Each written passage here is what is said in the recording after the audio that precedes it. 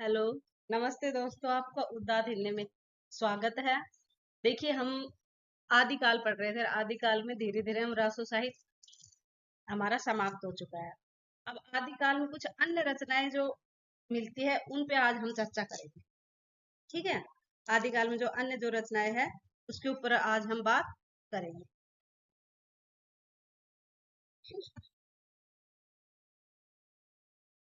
तो आदिकाल में हमारी कुछ अन्य रचनाएं थी, उनके ऊपर हम बात आज करेंगे। ठीक है। तो हम ये सिस्टम थोड़ा दिक्कत कर रहा था, इसलिए ये सब हो गया। देखिए, अब हम ढोला मारूरा दुआ के ऊपर हम बात करेंगे। ये 11वीं सदी की रचना है। किस सदी की रचना है? 11वीं सदी की ढोला मारूरा दुआ रचना है। यदि पूछे कि इसके रचनाकार कौन है, तो सबसे पहले तो हम मानेंगे कल्लोल को। यदि कल्लोल ऑप्शन में नहीं है तो कुलह लाभ। ठीक है। यह लोक भाषा में लिखा गया है। ठीक है, लोक भाषा में और लौकिक श्रेणी का है। लोक भाषा और लौकिक श्रेणी। इसकी भाषा राजस्थानी है, क्योंकि राजस्थानी को साहित्यिक दर्जा नहीं था, इसलिए ये लोक भाषा मानी गई थी। और लौकिक श्रेणी मतलब कि लोक में जो प्रचलित जो कहानी या कथाएं थी उसी के आधार पर लिखा गया था। ये लौकिक श्रेणी का काव्य है और लोक भाषा में लिखा गया है। यह वियोग श्रृंगार, विप्रलंब श्रृंगार या वियोग श्रृंगार एक ही बात है की रचना है। ये 1473 में किसी कल्लोल या कुशल लाभ ने इसमें कुछ और छंद जोड़ दिए थे 1473 में। लेकिन मैंने अभी बताया, यदि रचनाकार की बात करते हैं तो हम फर्स्ट नंबर पे कल्लोल को रखेंगे और कुशल लाभ को हम सेकंड नंबर पे रखेंगे। ठीक है, क्योंकि कुछ पद 1473 में जोड़े थे। ये किसने जोड़े थे इसमें से ये कंफर्म नहीं है, इसलिए इसे दोनों की रचनाएं माना जाता है। इसमें नायक की यदि बात करते हैं तो नायक कौन है? ढोला। और नायिका कौन है? मारवड़ी। मारवणी मारवणी नायिका ढोला, मारूरी दुआ। ठीक है, ये रचना है। इसके नायक ढोला है और नायिका मारवणी है। जो ढोला है वो कछवाहा नरेश, जो राजा नल थे उसके पुत्र थे। नरवर देश के। देश कौन सा है? नरवर। और कछवा नरेश थे, उसके राजा नल के पुत्र थे।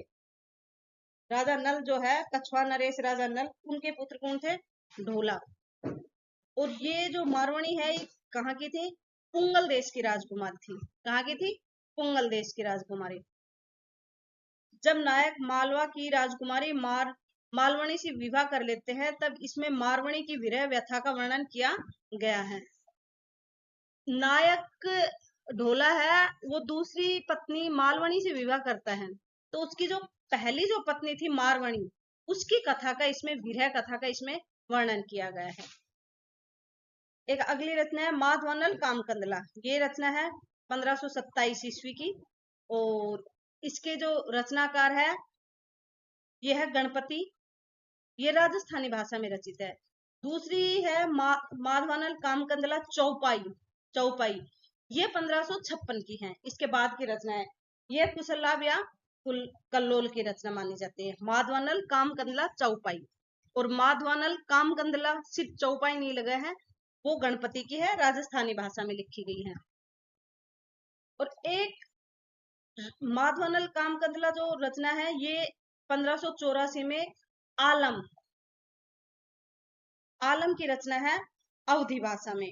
आलम जो उसमें भी आए हैं ना, भक्ति का, उसमें रीतिकाल में बोलते हैं कि उसी की रचना है, लेकिन ये तो हम नहीं कह सकते। हमें तो बस इतना याद रखना है कि माधवानल कामकंदला राजस्थानी भाषा की है, वो तो किसकी है? गणपति की। और माधवानल कामकंदला यदि अवधि भाषा की बात करते हैं तो वो किसकी है? आलम की है। और यदि माधवानल कामकंदला चौपाई की यदि बात करते हैं तो कुशललाभ या कल्लोल की है। और माधवानल कामकंदला चरित्र, यह इसी को विरह वारिस कहते हैं। ये बोधा की है और किसमें है? ब्रजभाषा। विरह वारिस तो बहुत ही प्रसिद्ध रचना है बोधा की। इसी को माधवानल कामकंदला चरित कहा गया है। ठीक है, ये किस भाषा में है? ब्रज भाषा में। अगली रचना है राउरवेल। राउरवेल से बहुत बार क्वेश्चन पूछे जाते हैं। ये रचना का समय यदि बात करते हैं तो रचना का समय है 10वीं से 11वीं सदी। ये रोड़ा या रोड कवि या रोड़ा कवि।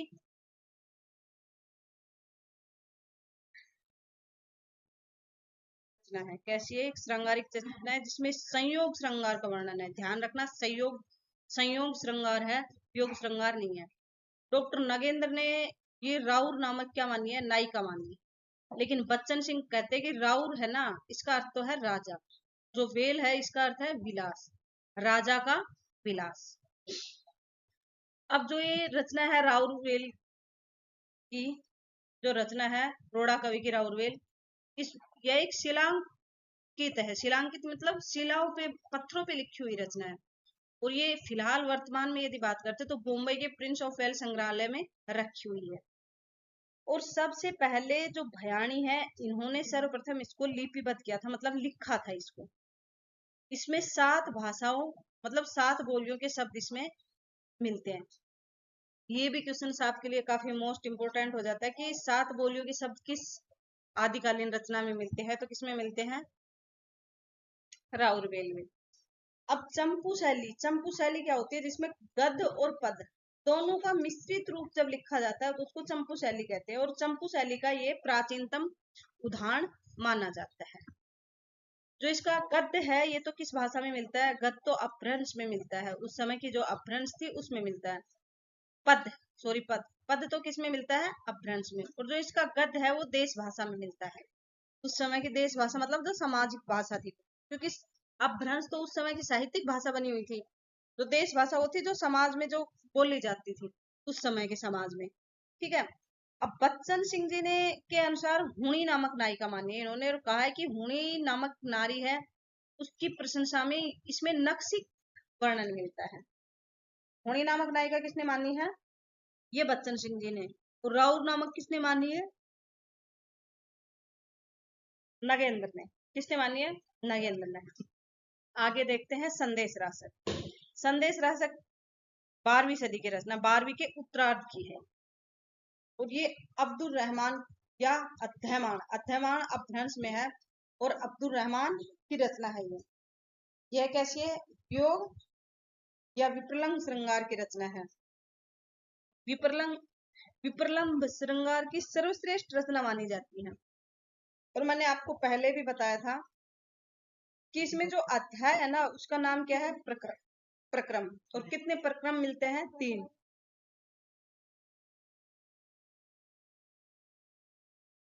और ये जो 3 प्रक्रम है, इसका प्रथम का नाम है मंगलाचरण, द्वितीय का नाम है विरह वर्णन, और तीसरे में क्या मिलता है? षड ऋतु वर्णन। अब यहाँ पे आपको याद रखना है कि संदेश राशन में मंगलाचरण मिलता है, तो हाँ मिलता है। विरह वर्णन मिलता है, हाँ मिलता है। यदि संयोग की यदि बात करते हैं तो संयोग वर्णन यहाँ पे नहीं मिलता है, क्योंकि ये विशेषताओं में आजकल का ट्रेंड है कि सही है नहीं है में ऐसा होता है कि उस रचना की लगभग सभी चीजें आपको पता होनी चाहिए तो ही हम जवाब दे पाते हैं।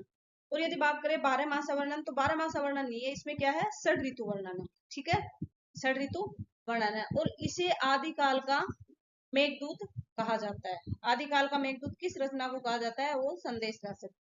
इसमें छंदों की संख्या मोस्ट इंपोर्टेंट है, पूछे जाते हैं, क्योंकि मिलान करवा लेते हैं कई बार। एक तरफ छंद दे देते हैं, दूसरी तरफ रचना कि किसमें कितने छंद है।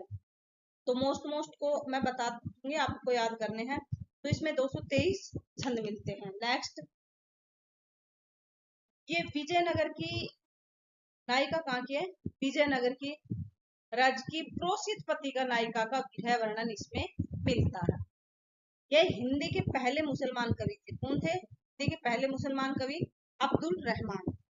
और हजारी प्रसाद द्विवेदी जी ने कहा भी है, मैंने कल भी आप लोगों को बताया था कि यह पहला धर्मेतर रास ग्रंथ माना जाता है। कौन सा? संदेश रासक। यहाँ पे एक दो चीजें ऐसी हैं, देखिए सबसे पहले तो इसको पढ़ लेते हैं हम कि जायसी के पद्मावत पर संदेश रासक का स्पष्ट प्रभाव पड़ता है। किसका? संदेश रासक का पद्मावत पर। इस रचना में वनस्पति की लंबी सूची मिलती है। और आदिकाल में रचित वियोग श्रृंगार की सर्वश्रेष्ठ रचना है संदेश रासक। देखिए अब मैं आपको बता दूं, पद्मावत का समय है 1540, और इसका है संदेश रासक का 12वीं सदी, 12वीं उत्तरार्ध। तो रचना पहले किसकी आई थी? संदेश रासक। क्योंकि कई बार भाणे के लिए ऐसे बोल देते हैं कि पद्मावत का स्पष्ट प्रभाव संदेश राशक पर देखा जा सकता है। सुनने में अच्छा भी लगता है कि हाँ, संदेश राशक पर इसका पढ़ सकता है, क्योंकि ये विरह वर्णन है, पद्मावत में भी नागमती का विरह वर्णन है। लेकिन उल्टा बोल दिया उन्होंने, क्योंकि जो रचना पहले आई है उसी का तो दूसरी प्रभाव ग्रहण कर सकती है। तो पहले कौन सी आई है? संदेश राशक। बाद में कौन सी आई है? पद्मावत। तो पद्मावत के ऊपर संदेश राशक का प्रभाव है, ना कि संदेश राशक के ऊपर पद्मावत का प्रभाव। ठीक है। और आदिकाल की यदि विरह श्रृंगार की सर्वश्रेष्ठ रचना मानी जाती है तो वो कौन सी मानी जाती है? संदेश राशक। यहां तक याद रखना। अब देखते हैं बसंत विलास। बसंत विलास, बसंत विलास में 84 दोहे हैं, इसको भी आपको याद करना है। यदि संदेश राशक की बात करते हैं तो संदेश राशक में कितने हैं? संदेश राशक में है 223। ठीक है। और बसंत विलास की यदि बात करते हैं तो 84 दोहे हैं। शुक्ल जी ने इसका रचनाकार अज्ञात माना है। और केशव राय, हर्षद राय ध्रुव ने 1952 में हाजी मोहम्मद स्मारक में इसको संपादित किया था। ठीक है। किसने किया था? केशव राय, हर्षद राय, ध्रुव ने किया था। इस रचना में स्त्री, प्रकृति और पुरुष तीनों के मादक सौंदर्य का वर्णन इसमें मिलता है, क्योंकि बसंत ऋतु ही मतलब कामदेव की ऋतु मानी जाती है बसंत विलास। बसंत जो महीना है, तो बसंत में मादकता का वर्णन किस किस के लिए किया गया है? स्त्री, प्रकृति और पुरुष के लिए किया गया है। और बसंत विलास आदिकाल में रचित सर्वश्रेष्ठ लौकिक ग्रंथ, सर्वश्रेष्ठ लौकिक या सर्वश्रेष्ठ साहित्य। और संदेश राशक के बारे में हमने क्या पढ़ा था? आदिकाल की सर्वश्रेष्ठ वियोग रचना। वियोग रचना की यदि बात करते हैं, वियोग रचना तो क्या है? संदेश राशक। संदेश राशक। दोनों क्वेश्चंस बड़े पास के हैं। सर्वश्रेष्ठ रचना तो दोनों है, लेकिन वो तो किसमें है? आदिकाल की वियोग श्रृंगार की। ठीक है। और ये किसके है? आदिकाल के अंदर सर्वश्रेष्ठ लौकिक ग्रंथ है। ठीक है। दोनों अलग अलग है अपने आप में, लेकिन बहुत पास के क्वेश्चंस हैं। संदेश राशक में वियोग श्रृंगार मिलता है, बसंत विलास के अंदर संयोग श्रृंगार है। और राउरवेल की श्रृंगारिक भावना को बसंत विलास ने पूर्णता प्रदान की, जिसका चरम रूप बिहारी सतसई में देखा जा सकता है। तो सबसे पहले कौन सी आई थी? 11वीं सदी की है, तो ये आई थी बसंत विलास राउरवेल। ये है 12वीं की, और ये तो है ही रीतिकाल की। रीतिकाल में बिहारी जी की रचना है। तो राउरवेल के अंदर जो श्रृंगारिकता मिलती है ना, उसी का विकसित रूप, पूर्ण रूप किसमें मिलता है? बसंत विलास में। लेकिन यदि चरम रूप की, यदि श्रृंगारिकता के चरम रूप की यदि बात करते हैं, तो वो किसमें मिलता है? बिहारी सतसई में। अब आपको यहाँ पे क्वेश्चन समझना है। आपसे पूछ सकते हैं कि राउरवेल की श्रृंगारिक भावना को पूर्णता किस आदिकालीन रचना में देखने को मिलता है? तो क्या आएगा? बसंत विलास। दूसरा क्वेश्चन इस प्रकार बन सकता है कि राउरवेल की श्रृंगारिक भावना को पूर्णता प्रदान बसंत विलास में मिलती है, लेकिन उसका चरम रूप किस रचना में देखने को मिलता है? किस रीतिकालीन रचना में? तो इसका क्या आएगा? बिहारी सतसई। किसी भी प्रकार से आपसे क्वेश्चन पूछ सकते हैं, तो आप उसके लिए तैयार रहिएगा। नेक्स्ट, प्राकृत पेंगलम। प्राकृत पेंगलम ये 14वीं सदी की रचना है। इसमें रचनाकारों को के जो छंद मिलते हैं वो जज्जर, सारंगधर, हरिब्रह्मा, लक्ष्मीधर और बब्बर के मिलते हैं। बब्बर के मिलते हैं। किस किस के? ये आप याद रखना। और ये छंद शास्त्र से संबंधित रचना है। अब आपको ये भी पता होना चाहिए कि आदिकाल में छंद शास्त्र से संबंधित रचना कौन सी है? तो कौन सी है? प्राकृत पेंगलम है। ठीक है। इसमें लक्ष्मीधर के छंद सर्वाधिक है। अब सर्वाधिक छंद तो कईयों के हैं, लेकिन सर्वाधिक छंद की यदि बात करते हैं तो सर्वाधिक छंद किसके हैं? लक्ष्मीधर के। इसलिए कई विद्वानों ने लक्ष्मीधर को संकलन करता मानते हैं। मानते क्या है कि आपको तो बस क्वेश्चन के अप्रोच देखने हैं कि आपको माने कि प्राकृत पेंगलम के संकलन करता कौन है, तो आपको तो एक ही याद रखना है, लक्ष्मीधर।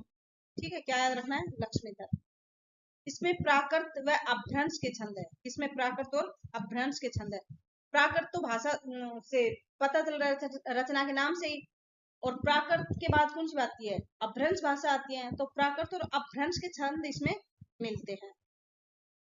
हिंदी के प्रारंभिक रूप एवं छंदों की जानकारी हेतु यह ग्रंथ अत्यंत उपयोगी है। अब देखिए, हिंदी भाषा के प्रारंभिक रूप, आप देखेंगे कि इसमें प्राकृत और अपभ्रंश के शब्द मिलते हैं, और अपभ्रंश से क्या निकली है?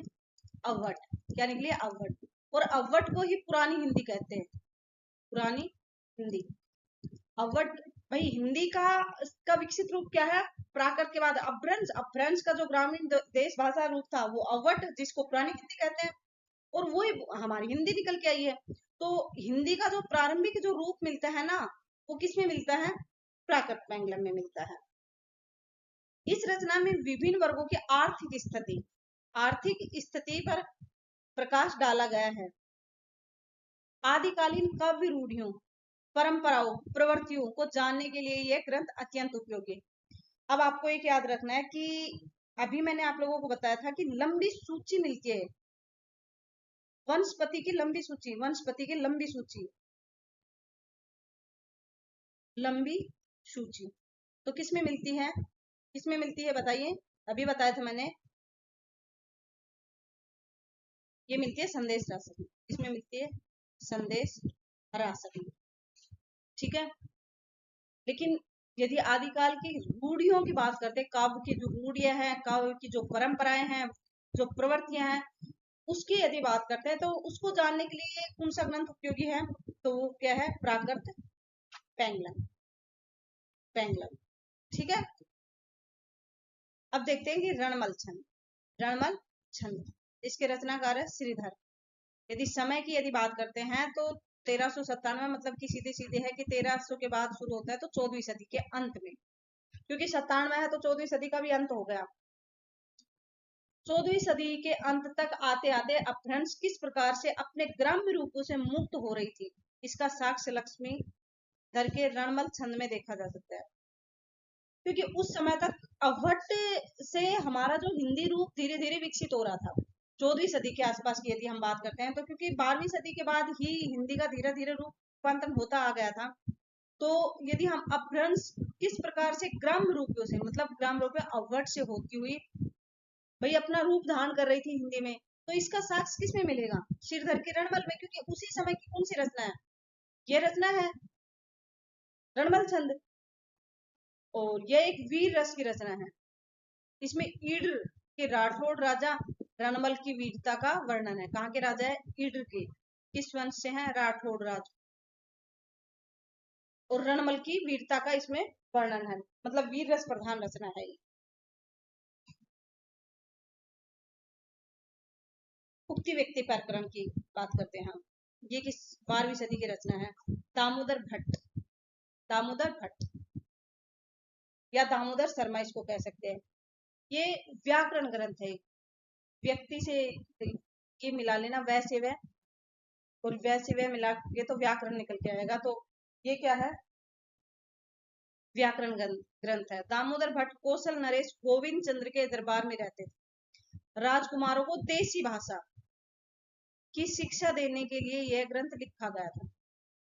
उस समय की देसी भाषा जो थी उसके लिए यह ग्रंथ लिखा गया था। राजाओं के जो राजकुमार थे उनको शिक्षा देने के लिए। कहाँ के? कौशल नरेश के गोविंद चंद्र के दरबार में।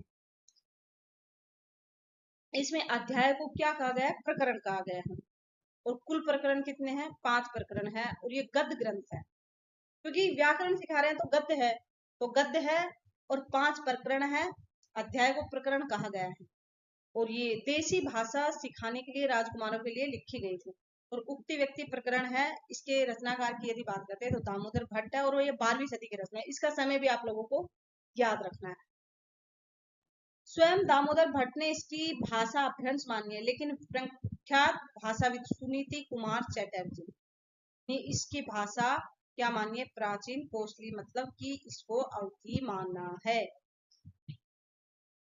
उक्ति व्यक्ति प्रकरण की भाषा को अवधि भाषा किसने माना है? सुनीति कुमार चटर्जी। और स्वयं दामोदर भट्ट ने इसकी भाषा को क्या माना है? अपभ्रंश माना है। ठीक है। अब चलते हैं वर्ण रत्नाकर। वर्ण रत्नाकर, ये दोनों ही रचनाओं में बड़ा कंफ्यूज होते हैं, वर्ण रत्नाकर और उक्ति व्यक्ति प्रकरण। तो आप याद रखना, व्यक्ति से लगाना व्याकरण, और वो 12वीं सदी की रचना है। इधर आते हैं वर्ण रत्नाकर। तो वर्ण रत्नाकर 14वीं सदी की रचना है, ज्योतिश्वर ठाकुर की। इसमें 84 सिद्धों के भी नाम मिलते हैं। बिल्कुल मोस्ट इंपोर्टेंट है आपको, क्योंकि ये सवाल आया हुआ भी है कि वह कौन सी रचना है जिसमें 84 सिद्धों के नाम मिलते हैं। तो ऑप्शन के अनुसार वर्ण रत्नाकर उसमें सही मानना था। इस रचना में पहली बार अव्वट शब्द का उल्लेख मिलता है। अव्वट शब्द का पहली बार उल्लेख कहाँ मिलता है? वर्ण रत्नाकर में, ज्योतिश्वर ठाकुर के वर्ण रत्नाकर।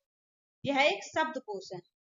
जो शब्दों का कोश होगा उसी में तो शब्द मिलेंगे। तो अव्वट का शब्द किसमें मिलता है? सबसे पहले शब्दकोश में। वो कौन सा शब्दकोश है? वर्ण रत्नाकर शब्दकोश है।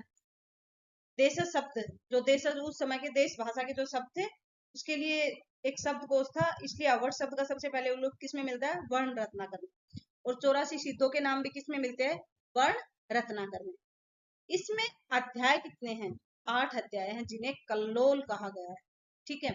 और अभी मैंने बताया था उक्ति व्यक्ति प्रकरण में कितने हैं? 5। और क्या कहा गया है? प्रकरण।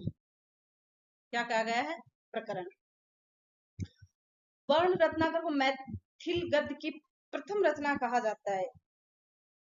मैथिल जो गद्य है ना उसकी प्रथम रचना कहा गया है। किसको? वर्ण रत्नाकर को। यह गद्य ग्रंथ है।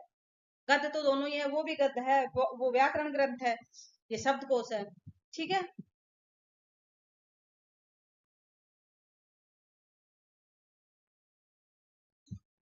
अमीर खुसरो, अमीर खुसरो की बात करते हैं। वास्तविक नाम की यदि बात करते हैं तो इनका वास्तविक नाम क्या है? यजमुद्दीन अब्दुल हसन। इनका जन्म 1253 में उत्तर प्रदेश के एटा जिले की पटियाली गांव में हुआ था। देहांत कोई पूछता नहीं है, अगर पूछे तो बता देना 1325 है, वैसे पूछते नहीं है। अमीर खुसरो खड़ी बोली हिंदी का आदि कवि या प्रथम कवि कहा जाता है। आदि कवि खड़ी बोली का आदि कवि या प्रथम कवि। और उसके गुरु की यदि बात करते हैं तो गुरु क्या है? निजामुद्दीन औलिया।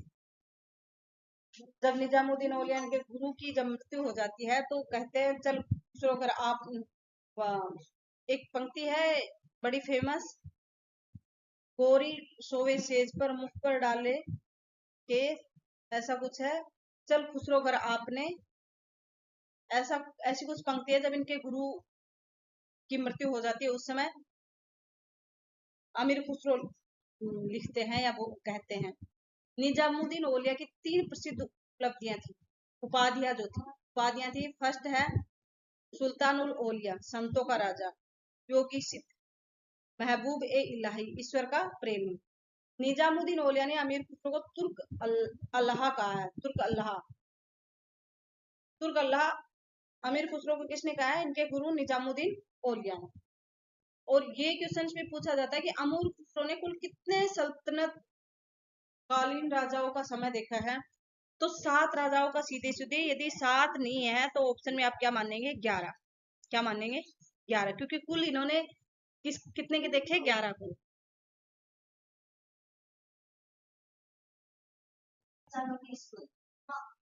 और कुल 99 ग्रंथ इन्होंने लिखे हैं। कितने लिखे हैं? 99 ग्रंथ। सर्वप्रथम अमीर खुसरो बलबन के पुत्र शहजादा मोहम्मद के व्यक्तिगत शिक्षक नियुक्त किए गए। मतलब बलबन के समय से लेके किए गए थे काव्य विनोद के लिए। अंतिम जो शासक है वो क्या थे? गयासुद्दीन तुगलक। प्रथम तो क्या थे? बलबन, और अंतिम गयासुद्दीन तुगलक। हनूस दिल्ली दूर अस्त, यह संदेश निजामुद्दीन औलिया ने गयासुद्दीन तुगलक को भिजवाया था। अपनी गुरु की मृत्यु के ऊपर अमीर खुसरो ने लिखा था, ये मैंने अभी आप लोगों को बताया था, गोरी सोवे सेज पर मुख पर डारत केस, चल खुसरो घर आपने रेन बही चहुदेश। जब इनके गुरु मृत्यु को प्राप्त हो गए थे तब उन्होंने ये लिखा था। और उसी समय कहते हैं कि इनकी भी मृत्यु हो गई थी। सदन सकारे जाएंगे नैन गवाए रोए, विधना ऐसी रैन कर और कभी ना होए। ये पंक्तियां अमीर खुसरो उनके गुरु की मृत्यु के बाद इन्होंने लिखी। फिर कहते हैं कि उसी समय फिर इनकी भी मृत्यु हो गई थी। अमीर खुसरो संगीतज्ञ थे, इस वजह से इन्हें अलाउद्दीन खिलजी ने नायक की उपाधि दी। संगीतज्ञ होने के कारण अलाउद्दीन खिलजी ने इनको कौन सी उपाधि दी थी? नायक की उपाधि दी थी। और इन्होंने तबला व सितार वाद्य यंत्रों का आविष्कार किया था। तबला और सितार का। किसका किया था? तबला और सितार का। सितार इन्होंने वीणा, जो भारतीय जो वीणा थी उससे, और तंबूरा फारसी वाद्य यंत्र को मिलाकर इन्होंने तबला और सितार का इन्होंने आविष्कार किया था। इन्होंने तिलक, सनम और आदि नए राग प्रचलित किए। कव्वाली गायन शैली की शुरुआत भी इन्होंने, कव्वाली गायन जो गाई जाती है, हम देखते हैं कई बार ट्रेन वगैरह में जाते तो भी गाते हमें मिल जाते हैं, और काफी अच्छी भी लगती है। तो इस शैली की शुरुआत किसने की थी? अमीर खुसरो ने। बर्बर राग में लय रखने की रीति के जन्मदाता भी खुसरो हैं। मध्यकालीन संगीत परंपरा के वे आदि प्रवर्तक अमीर खुसरो को माना जाता है। मध्यकालीन जो संगीत जो परंपरा चल रही थी उसके आदि प्रवर्तक किसको माना जाता है? अमीर खुसरो को। सबक ए हिंदी नामक नवीन काव्य शैली का प्रचलन इन्होंने किया था। हिंदी में इन्होंने पहेलियां लिखी है, मुकरिया लिखी है, दो सुखने लिखे, ढकोसले, गजले आदि सब लिखी है, लेकिन मसनविया इन्होंने नहीं लिखी है। ऑप्शन में आपको आए पहेलियां लिखी है, मुकरिया लिखी है, दो सुखने लिखे, ढकोसले लिखे, गजले लिखे, मसनवी।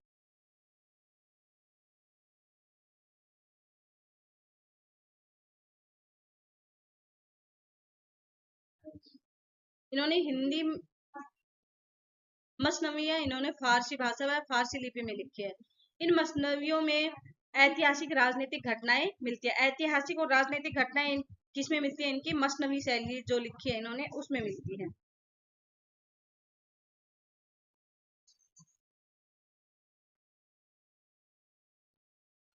इनकी पहली ऐतिहासिक मसनवी किरान उन सादेन है, ये याद रखना आप लोग।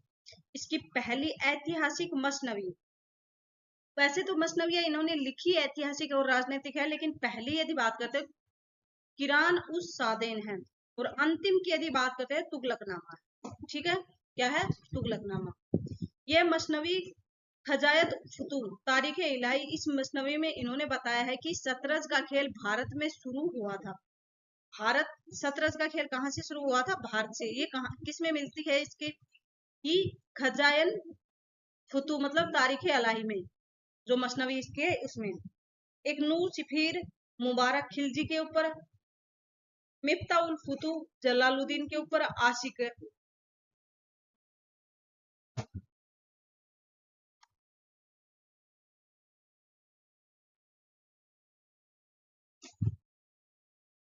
नूह शिपिर में भारत की प्राकृतिक परिस्थितियों का सुंदर चित्रण मिलता है। नूह शिपिर में किस भारत की प्राकृतिक जो परिस्थितियां है उनका चित्र। नूह शिपिर में 18 बोलियों का उल्लेख मिलता है। 18 बोलियों का उल्लेख अमीर खुसरो की किस रचना में मिलता है? नूह सिपिहिर में।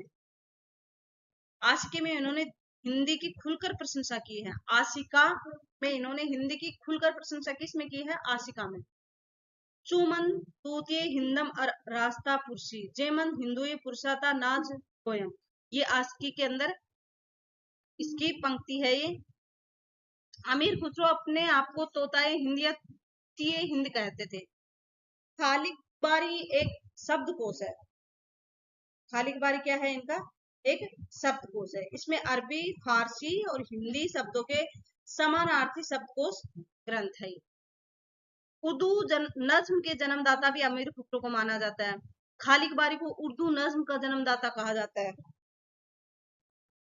अमीर खुसरो मतलब कि खालिक बारी जो इनके शब्दकोश जो रचना है, इस इसी से कहते हैं कि उर्दू नज्म का जन्म हुआ था, इन्होंने किया था। मतलब इसमें अच्छी नज्म जो लिखी है अमीर खुसरो ने, अमीर खुसरो को इसलिए उर्दू नज्म के जन्मदाता कहा जाता है। किस रचना में मिलती है इनकी नज्म? खालिक बारी में। अमीर खुसरो को मनोरंजन व रसिता का कवि कहा जाता है। अमीर खुसरो की कविताओं का उद्देश्य मनो विनोद की सृष्टि करके हास्य मनोरंजन द्वारा हृदय को प्रसन्न करना। ये याद रखना कि उद्देश्य क्या है इनके अमीर खुसरो की कविताओं का, तो विनोद की सृष्टि करके हास्य व मनोरंजन करना इनका उद्देश्य रहा है। रामकुमार वर्मा ने अमीर खुसरो को अवधि का प्रथम कवि, अवधि का प्रथम कवि किसे मानना है अमीर खुसरो को? रामकुमार वर्मा ने। और ईश्वरी प्रसाद सिंह ने अमीर खुसरो को मध्यकालीन कवियों का राजकुमार की संज्ञा की। अगर फिरदौस कमी हस्ता हमी हस्त अमीर खुसरो की ये पंक्ति आप याद रखना। अगर पृथ्वी पर कहीं स्वर्ग है तो यही है, यही है। यह पंक्ति दिल्ली के लाल किले के दीवाने आम में लिखी हुई है। तो ये भी आप याद रखना कि दिल्ली के लाल किले के ऊपर अमीर खुसरो की कौन सी पंक्ति लिखी गई है। अगर फिरदौस की हमी हस्त ये पंक्ति लिखी हुई मिलती है।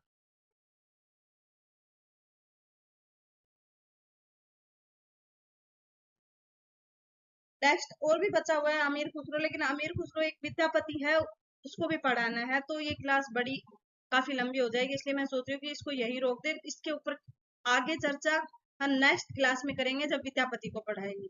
ठीक है, धन्यवाद। यदि क्लास आपको अच्छी लगती है तो लाइक कीजिए, सब्सक्राइब कीजिए चैनल को और अपने दोस्तों के साथ शेयर कीजिए। धन्यवाद।